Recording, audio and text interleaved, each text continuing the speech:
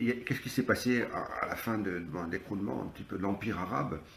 Cette transition, comment elle s'est faite vers l'Empire ottoman? Mais on ne peut pas dire que l'Algérie ait fait partie de l'Empire arabe. C'est relativement vrai au tout début lorsque a été fondé Kérouan et que là, en effet, il y a eu ce qu'on appelle en arabe la période des wulats, c'est-à-dire la période des gouverneurs.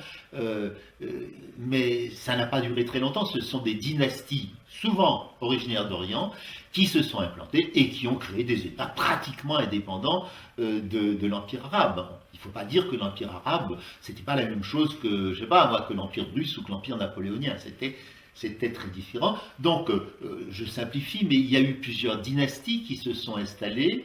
Je prends un exemple. À partir du 10e, 11e, 12e siècle, vous avez eu deux grandes tentatives d'empire maghrébin qui se sont faites, toutes à partir du Maroc, toutes originaires du Maroc, ceux qu'on appelle les Almoravides, Almorabitoun, et ceux qu'on appelle les Almohades, Almowahidoun. Et ces deux empires ont duré 2 siècles et demi à peu près, et après, il y a eu des dynasties qui se sont implantées locales, d'origine locale. Les unes au Maroc, c'était les Banu Merin, les unes qu'on a appelées le royaume de Tlemcen, c'était les Banu Zayyan, et enfin à Tunis, les Banu Hafs, qui ont créé le premier État qu'on peut appeler vraiment un État un petit peu moderne, si vous voulez, par rapport aux autres pouvoirs, Tlemcen ou Fès, qui étaient davantage inspirés par leurs origines tribales et qui ne dominaient pas véritablement le pays. Mais on peut dire en effet que c'est à partir du moment où ces dynasties commencent à s'effondrer, commencent à perdre la main, et aussi du fait de la menace espagnole et portugaise.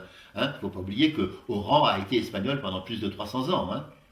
C'est à partir de ce moment-là que arrivent, un petit peu comme des sauveurs, les frères Barberousse, les Ottomans, et que l'Algérie passe dans la période ottomane à partir du début du XVIe siècle, si vous voulez.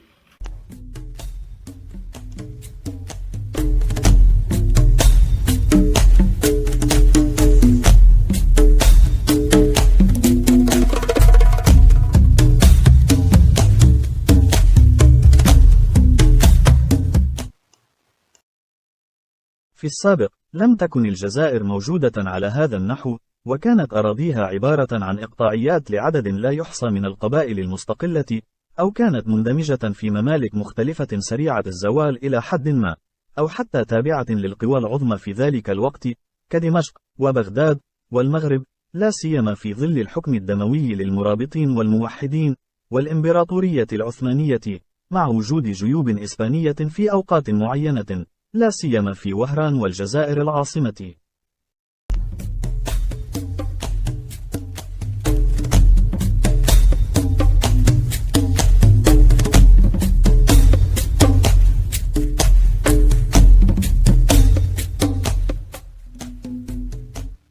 Car l'histoire, le parcours historique du Maroc, par exemple, qui a un État qui subsiste dans sa continuité depuis 789, l'arrivée des Idrissides au pouvoir au Maroc, jusqu'à maintenant, la monarchie marocaine est le plus vieil État du monde.